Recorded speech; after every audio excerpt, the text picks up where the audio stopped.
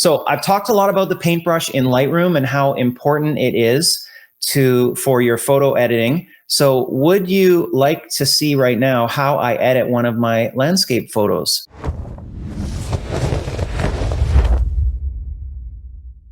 Now, let me just say something before I even start about Adobe Lightroom, why I use it. I have no relationship with the Adobe company. I'm not making money off Adobe in any way. I just find that it's the easiest to use and it's the easiest to teach other people how to use it.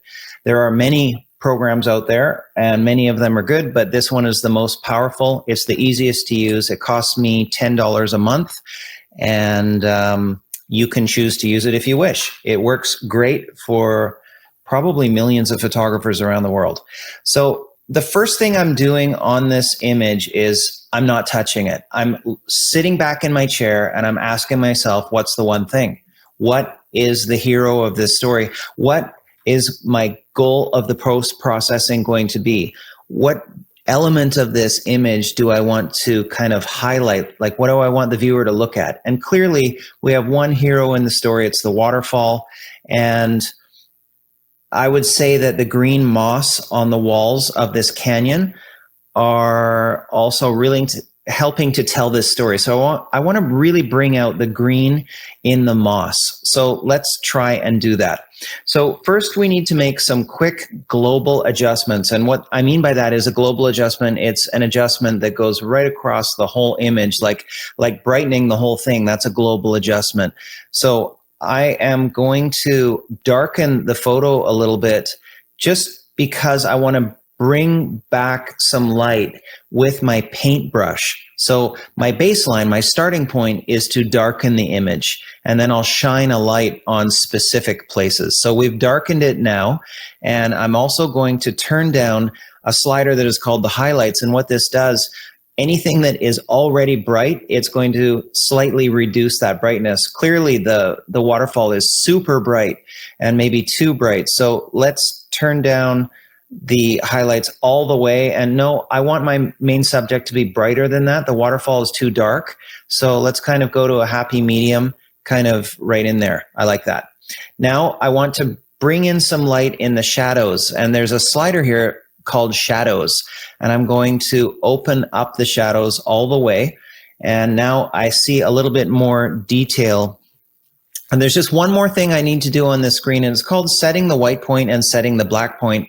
And what I look at before I set the white point is this part right over here, this thing here, this thing that looks like a little mountain. This is called the histogram. The right side of the histogram represents the brightest parts in the picture. So the histogram is telling me that the brightest point, which would obviously be the waterfall, is almost at the right side. And I don't want this histogram to move past the right side, which would mean that my highlights are overexposed.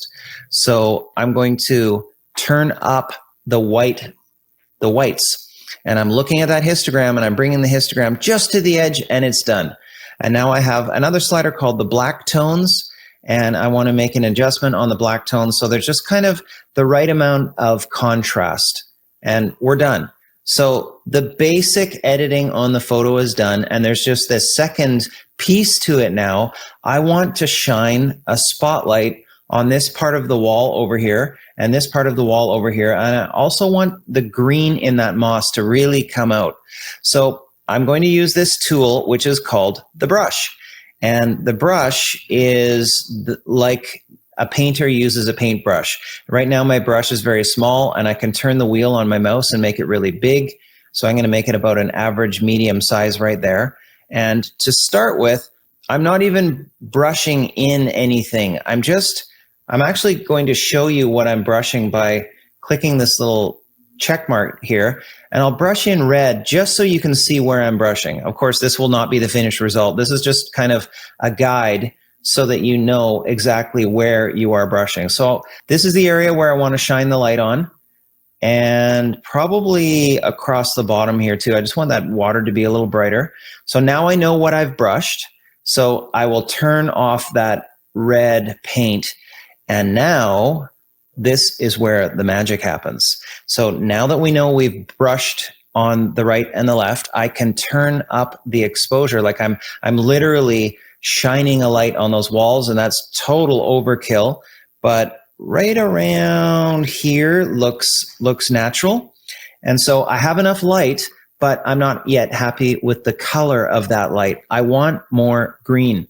And this slider here is called tint, and tint controls kind of the green tones and the magenta tones in your image overall. So I want to slide the tint slider to the left, which has the effect of applying kind of more green tones to what I just painted on.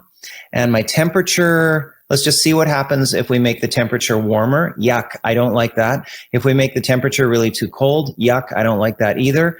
But somewhere in the middle is looking nice.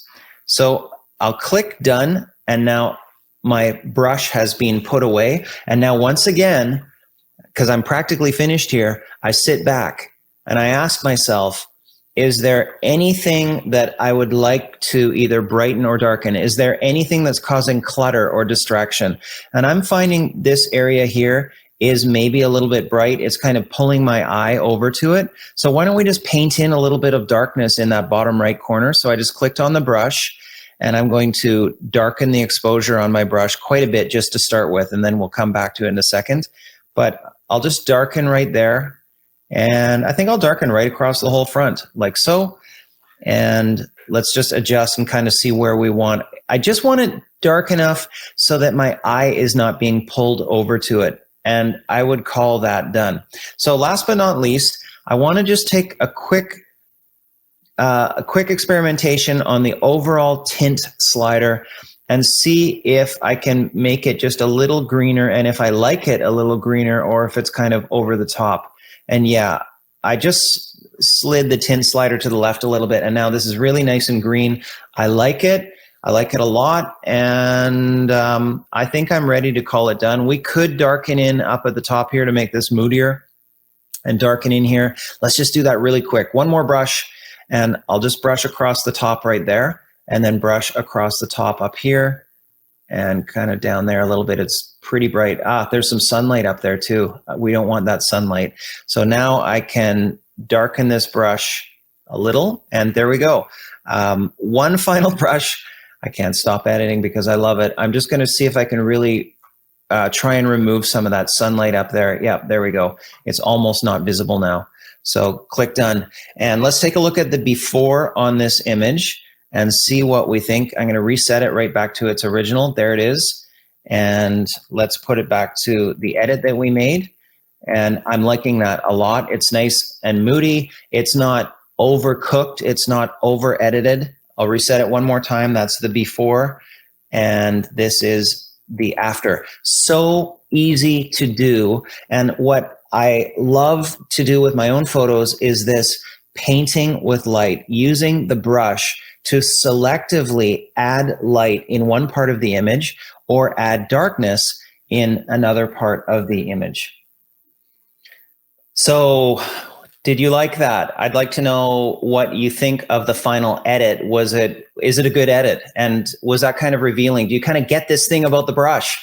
That it's all about making edits by painting in light in some places that you want the viewer to see, and paint in darkness in other areas you don't want the viewer to see.